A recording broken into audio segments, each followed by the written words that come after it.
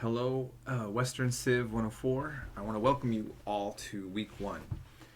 And I also just want to acknowledge before I start, and I feel like every semester now I have been starting off this kind of acknowledgement thing like, oh, yeah, hang in there, everybody. There's this pandemic. Oh, there's this thing. Oh, and so now there's these wildfires. And so I live here in I live up in Portland, Oregon right now. I was born and raised in Modesto, California. I'm an original 209. Okay, I lived in the Bay Area, and so anyhow, I'm seeing what's going on, and have a lot of family and friends. My ex-wife actually contacted me.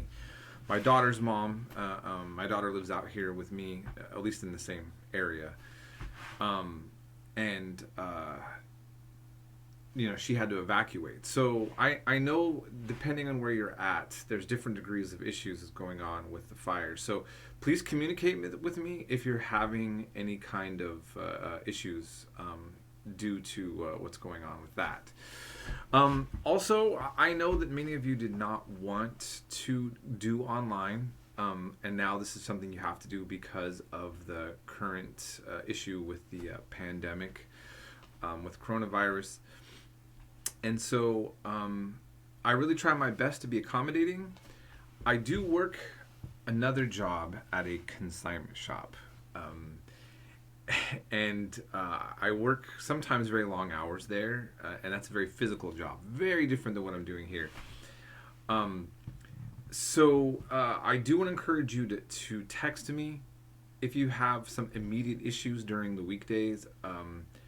My usual schedule right now is going to be like Mondays, Wednesdays, and Saturdays at the consignment shop, but I might work sometimes extra days or come in and help when there's a need. So just know that I'm tackling that. Other than that, I really do try to get back to you as soon as possible. So I just want to make that really clear.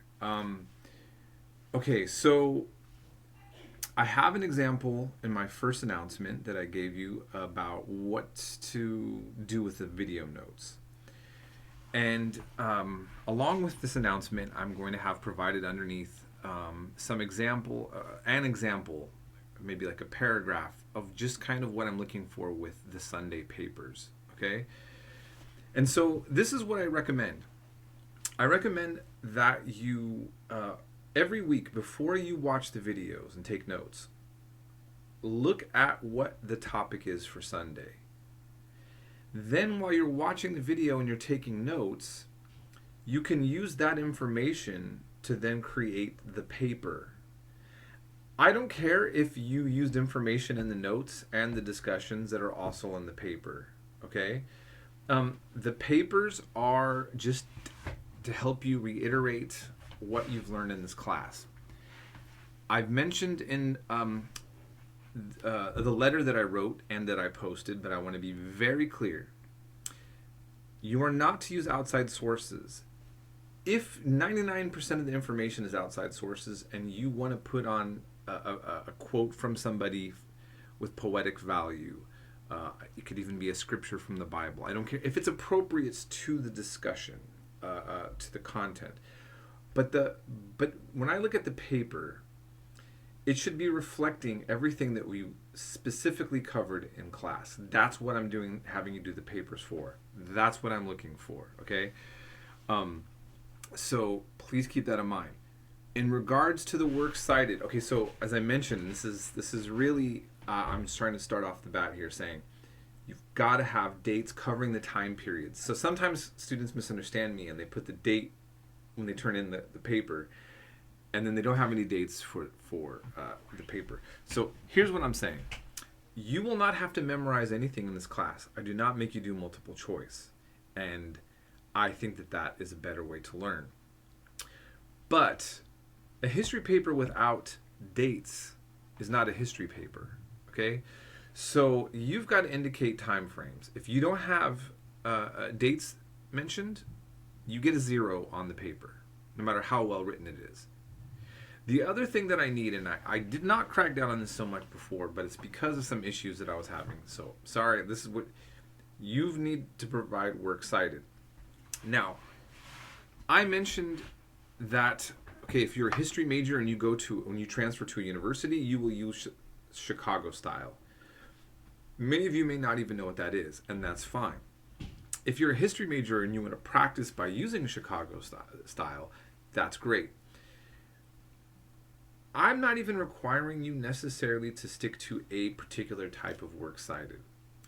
And you're going to see in the example that I have, if you're just taking information from my lectures, and some of you, by the way, are not going to have a textbook on your first week, instead of panicking, just use information from my lectures and from the videos. And so if you get information from me, you put in brackets, right? Pollock. That's all you got to do. Ideally, maybe even put the lecture itself that it came from. Okay? And this just helps me know for sure, keeping all of you on top of the fact that you're not going to slide into Wikipedia or somewhere else, unless I actually have Wikipedia as a link. Okay? So whatever's in each week's module, that's what you got to commit to.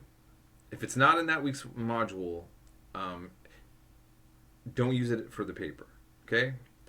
So I'm just looking to see the works cited, which is to help, prove that. And also, okay, so I use Turnitin, and it catches plagiarism. Now, sometimes you're going to see, you're going to write your paper correctly. And then if you look, Turnitin will show that there's a certain percentage there on the internet, and it'll make it look like it's saying that you're cheating or plagiarizing. But I can investigate that. And if you have a direct quote that comes from the textbook, that book, the Turnitin may just be pointing that out.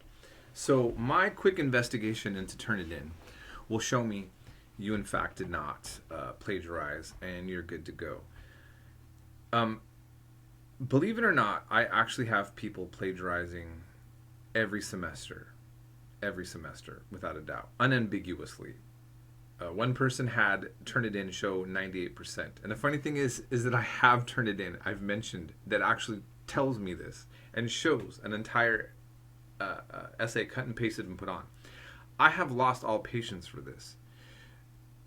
You will be given an F, and this will go straight to the dean. Don't do it. If you're struggling with papers, I will work with you. I work with my students. If you're running behind, ask for extra time and let's negotiate that. Don't plagiarize.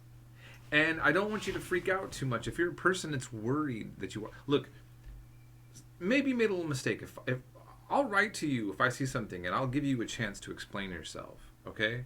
If there's any confusion on the matter. So if you didn't plagiarize, we'll find out. I'll know you didn't plagiarize, okay?